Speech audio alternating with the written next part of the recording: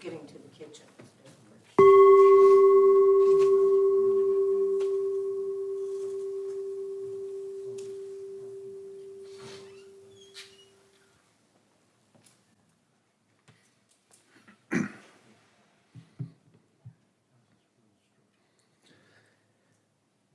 We speak to the Spirit of life, the eternal.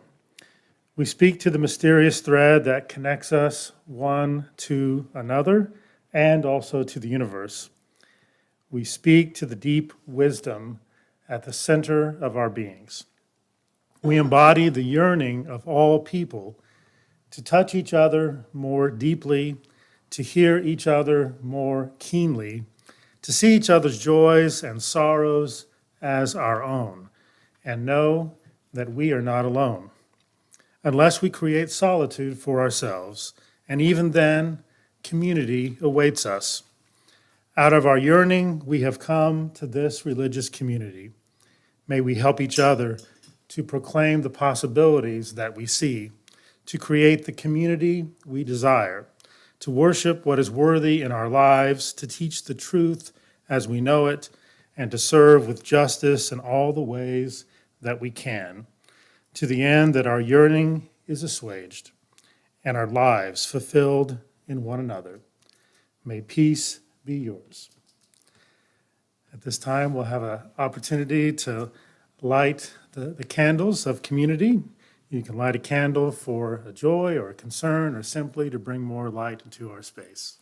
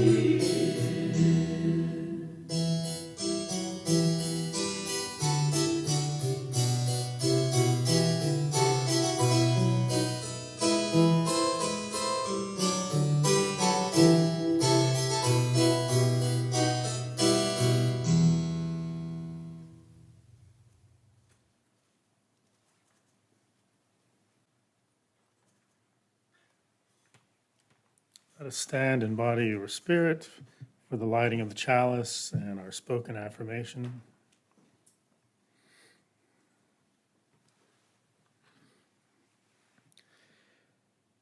You who feel your heart is breaking, come in.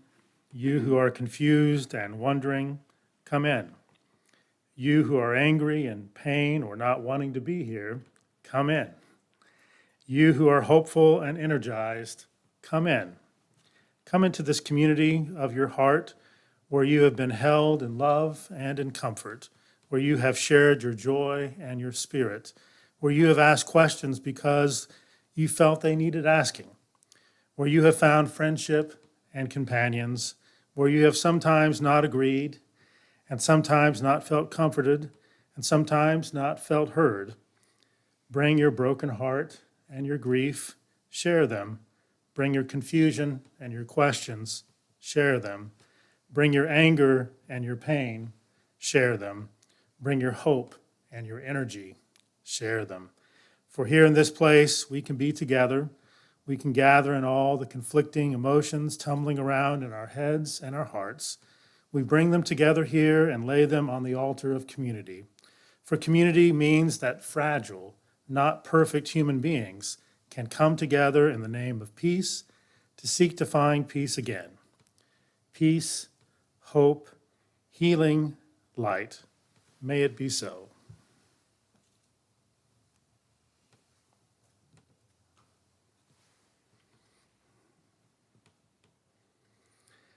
Let us join together in the spoken affirmation. Love is the spirit of this church, and service is its law. This is our great covenant to dwell together in peace, to seek the truth and freedom, and to help one another. Please be seated. Our opening thought this morning comes from Elie Wiesel from his Nobel Peace Prize acceptance speech. He writes, "We must always take sides. Neutrality helps the oppressor, never the victim. Silence encourages the tormentor, never the tormented."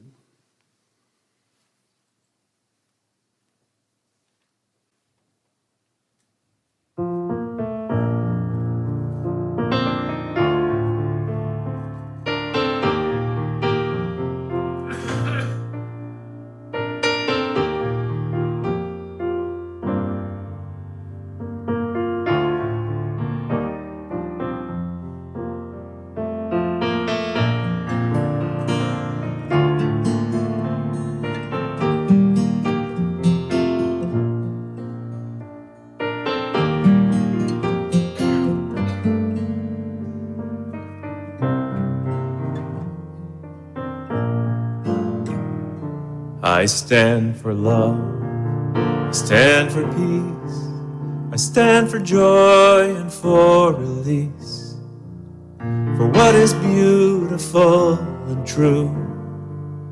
I stand for hope, I stand for you.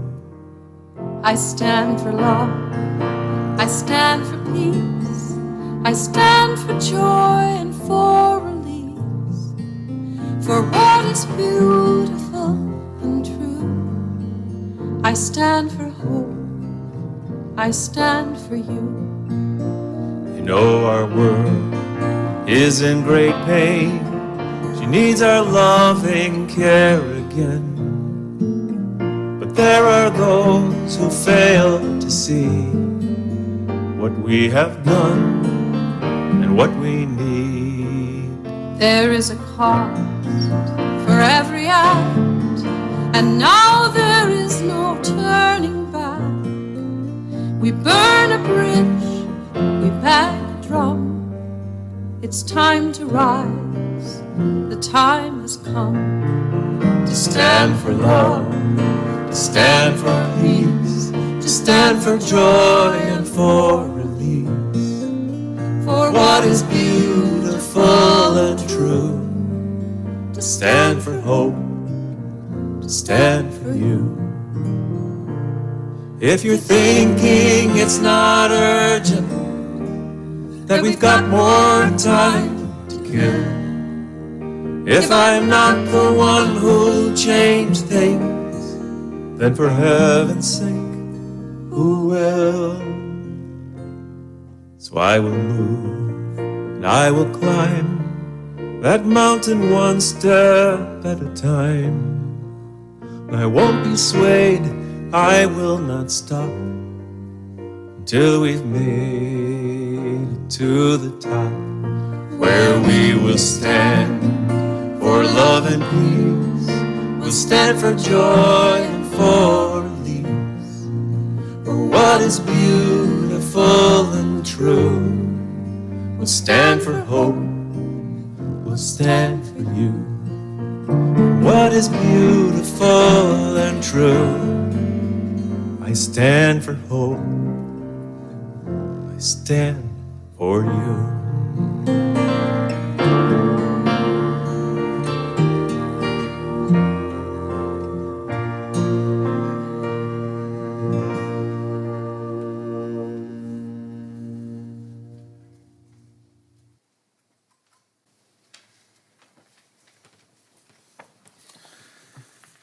Our next reading comes from James Baldwin from his Notes of a Native Son.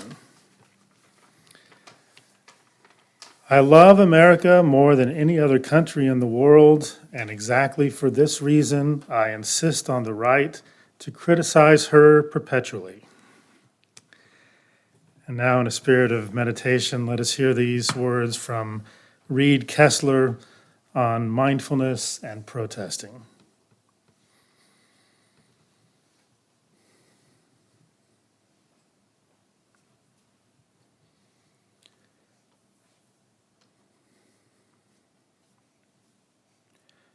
Protesting is a practice that allows public acknowledgement of societal wounds. Mindfulness meditation is a practice that allows an individual to acknowledge their emotional wounds. The relationship between the two is integral, as the degree to which you have been able to connect and engage with your personal pain increases your capacity to feel and be with the pain of others. Your capacity to notice feelings in your mind and body serve as a template for how you experience and understand the pain of others within our society. There is a reciprocal relationship between the pain you have been willing to face and acknowledge within yourself that allows you to open to the pain you can acknowledge in others and in society. By deepening into our own experience, fears, feelings, and internal dialogues, we discover what is true about ourselves. In this process, we connect to a sense of self that is able to acknowledge without judgment the difference between ourselves and others. Grounding yourself in your own experience in this moment may be incredibly painful. It will also likely help you grow in your capacity to observe the emotions you feel about racism that you don't have words for, the ones you feel in your body, or that you notice in your relationships. As you allow yourself to touch in with these deep emotions, you may find you can name them: fear, anger, compassion, or a desire to be of service. Breathing in, we acknowledge our fear.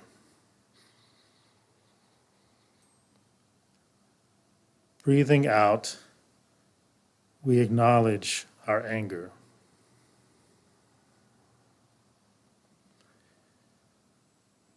Breathing in, we feel our compassion.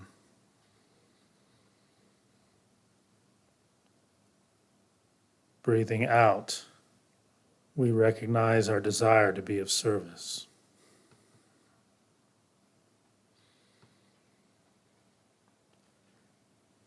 Being able to verbalize your experience will deepen your capacity to show up to protests with signs that speak your voice and with a relational readiness to contribute to the group conversation. The observation that leads to verbalization also helps you distinguish your pain from others. This distinction allows you to speak up and show up from your depths and deepen the conversations in your community. Breathing in, we feel our fear. Breathing out, we recognize our anger. Breathing in, we feel compassion. Breathing out, we desire to be of service.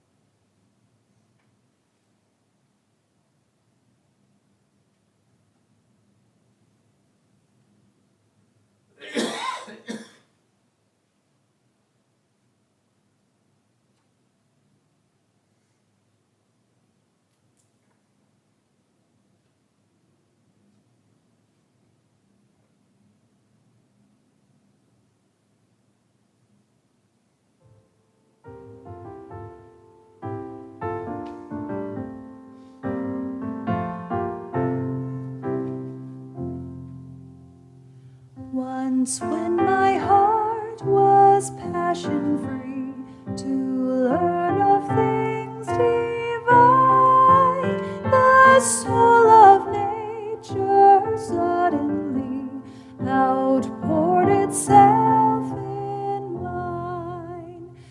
I held the secrets of the deep and of the heavens above.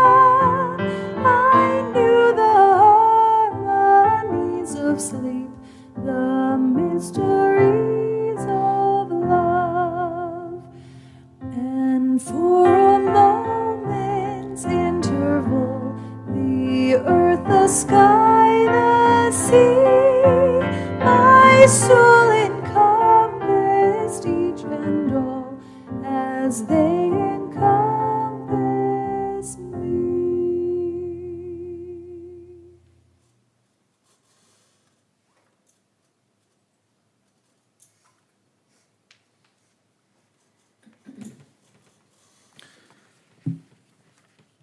Our next reading comes from Barbara Ehrenreich from her work, Family Values from the Worst Years of Our Lives, Irreverent Notes from a Decade of Greed. She writes, "No matter that patriotism is too often the refuge of scoundrels, dissent and all-around hell-raising remain the true duty of patriots."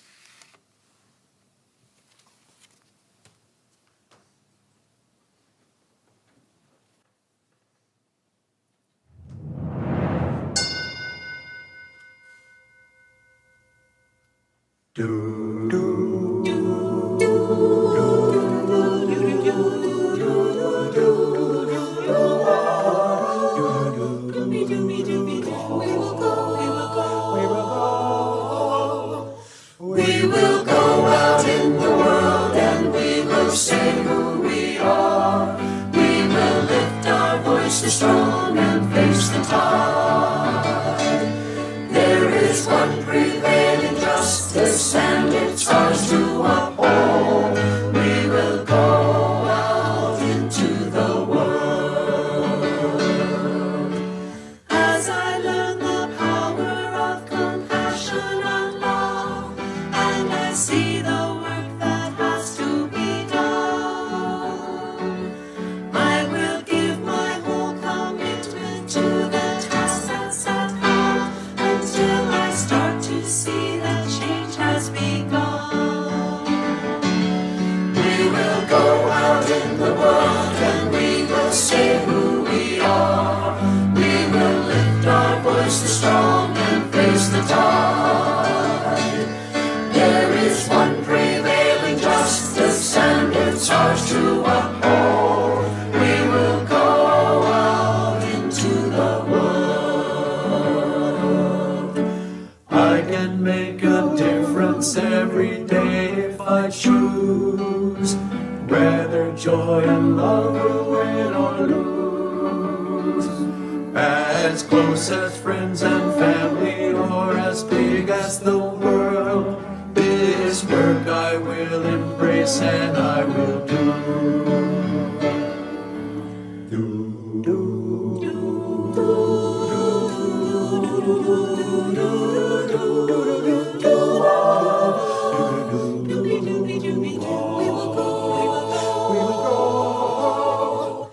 We will go out in the world.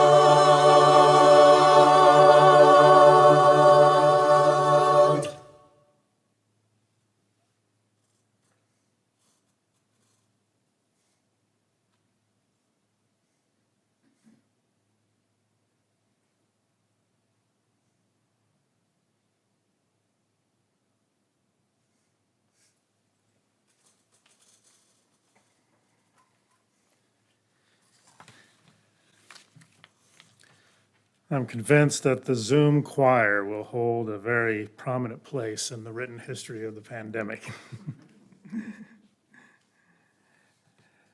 Sometimes being for love and for justice requires us to work against those forces in the world that perpetuate hate violence, and injustice. Sometimes to be for something, we have to be against something. My discourse this morning addresses this difficult and sometimes complex reality of how living a life for love and justice leads us to actively work against the systems of hate and injustice that are in our world. We cannot be fully for something unless we are also against the systems that keep what we are for from becoming a reality. We cannot simply all get along with each other when some of us are supporting systems and beliefs that are unjust and that are harming others. Getting along with each other in such a context would be perpetuating the injustice and the harm that is being brought about. If we say we are for racial justice, but we do nothing to work against the systems that perpetuate racial injustice, then we really are not for racial justice. We cannot be for love and justice without being against hate and injustice. We cannot be for democracy without being against autocracy and fascism. We cannot be for the poor without being against the systems that continue to exploit them. We cannot be for women without being against patriarchy. We cannot be for the liberation of the oppressed without being against those who oppress them. With the world's climate scientists informing us that we have less than 10 years to make a radical shift away from the use of fossil fuels, we cannot be for climate justice without being against long-term infrastructure projects that continue to make us dependent on the use of fossil fuels. We cannot be for beloved community without being against the evils of racism, poverty, militarism, and ecocide. Being for something without being against anything, being for something without being against anything is most likely going to change nothing. Those with excessive amounts of wealth and power are actually fine when other persons are for a number of causes. They're fine with that. It's fine to be for a number of causes as long as we don't actually start working against that which keeps those who are rich and powerful, rich and powerful. It's fine to be for things as long as you aren't against those things that would hurt the rich and the powerful in our society. Being against injustice in this world is not easy. And we know from experience and looking at others who have done it that it is not risk-free. Martin Luther King Jr. was not killed because he had a dream. He was not killed because he had a dream. He was murdered because he worked against the systems keeping the dream from becoming a reality. And it should be noted that very little frustrated Martin Luther King Jr. more than so-called white moderates who said they were for racial justice, but who were against taking the actions necessary to make it a reality. If Jesus had only been for love and for the forgiveness of our individual sins, he might have died of old age. But he was also against injustice. He was also against oppression, and Rome would not allow that. No one benefits more from the narrative that Jesus, quote, died for our sins. No one benefits from that narrative more than the purveyors of empire, who would prefer that we not focus on the fact that Jesus was executed because he was seen as a political threat to the empire. Empires would much rather see Jesus' death as a sacrifice of blood atonement for our wrongdoings, instead of seeing it as the unjustified execution of an innocent person who was murdered because he was living to liberate persons from from oppression. Empires would much rather that we point the finger of blame for Jesus' death at our own individual sins, rather than seeing it as the state-sponsored murder of a person who was bringing good news to the poor and liberation of the oppressed in resistance to the unjust systems of the empire. The Christian denomination that I've served as a minister for 32 years, doesn't seem like it's been that long, but it has, provides us, I think, with another illustration of this complex reality of when we're for something that we also have to be against something. Over the past 54 years, that's how long the United Methodist denomination that I serve has been in existence. It was in existence in different forms before that, but in 1968, the Methodist Church and the Evangelical United Brethren Church came together to form the United Methodist Church. And over the past 54 years, the United Methodist Church has been a case study of a muddled middle expression of a centrism that cannot hold. A muddled middle expression of a centrism that cannot hold.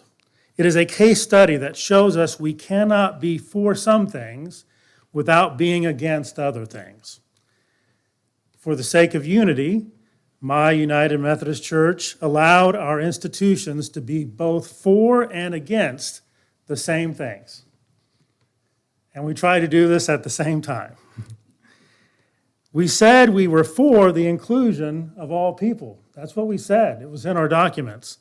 But we were against actually including all people in the full life and ministry of the church. We said we were caring for all of creation, but we were against divesting from the fossil fuel industry that is destroying a livable climate. We said we were for peace. We said we were against unnecessary wars, but we were not against honoring a United Methodist who happened to be President of the United States, who executed one of the most unjust wars in our nation's history. We said we were for immigrants and for refugees, yet we were against holding a United Methodist who happened to be the Attorney General of the United States, who used a warped interpretation of Romans chapter 3 to justify separating refugee children from their families and holding them in detention camps. We were against holding him accountable for using that warped interpretation of Romans 3. We were both for and against the same things.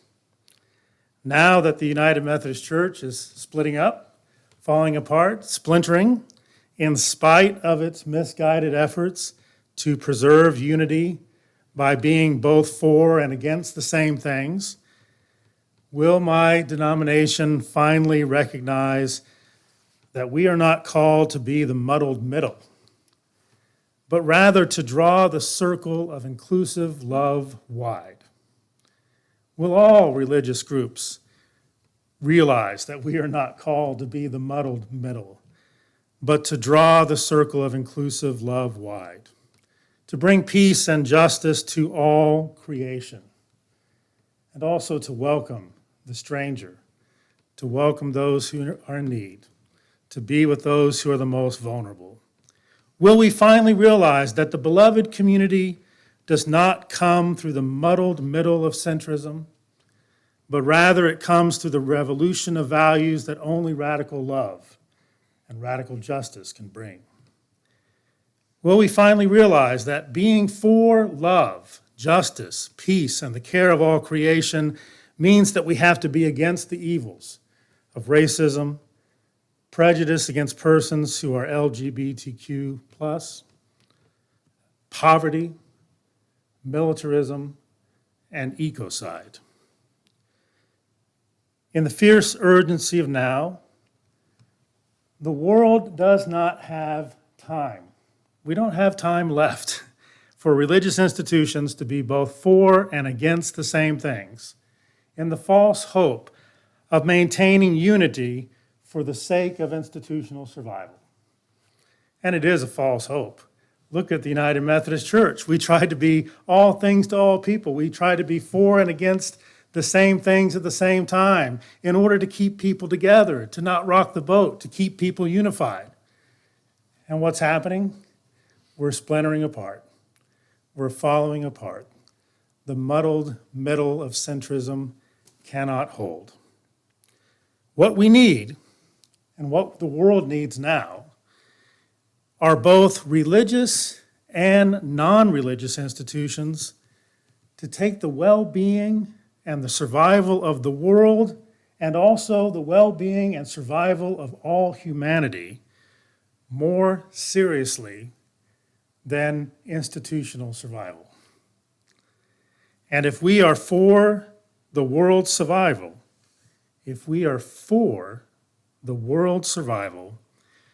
we have to be against all of the systems that are tearing it apart. At this time, we have our time of giving, and you may bring your gifts to the table, and we also have opportunities to give online.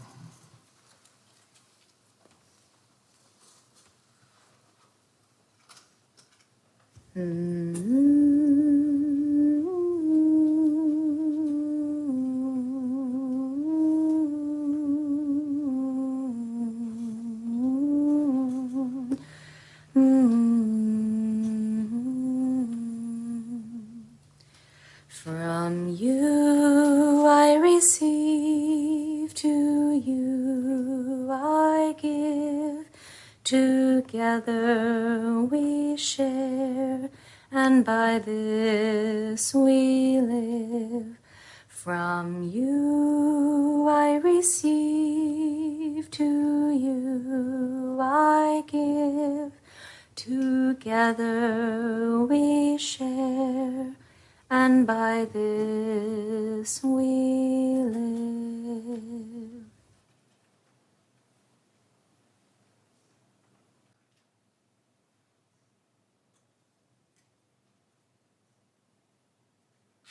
We laugh, we cry, we live, we die, we dance, we sing our song.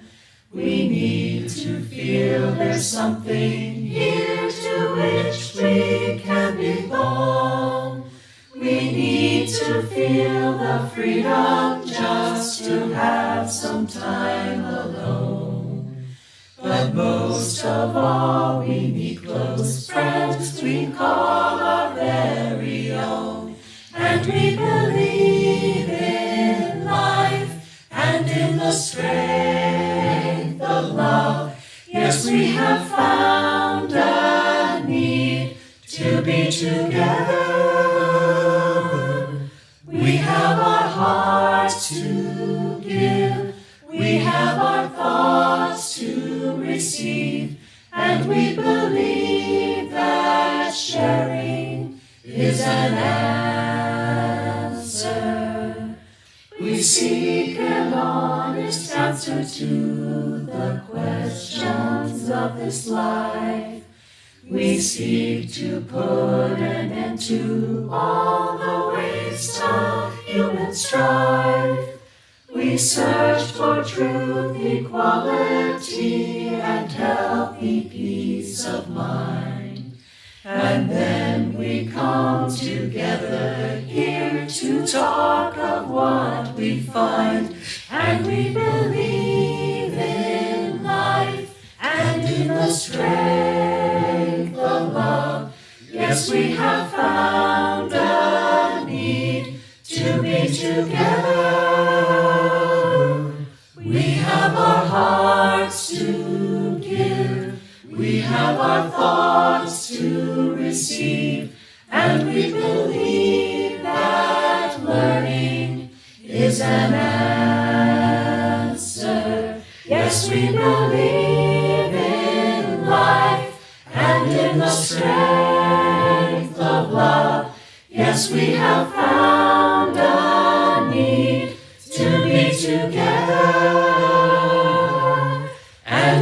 our search for peace, maybe we'll finally see, even to question truly is our answer.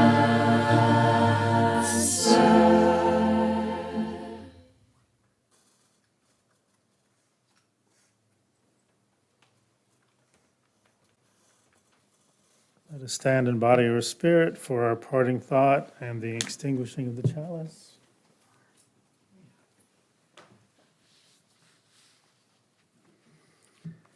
Our parting thought comes from Emma Goldman from Love Expands.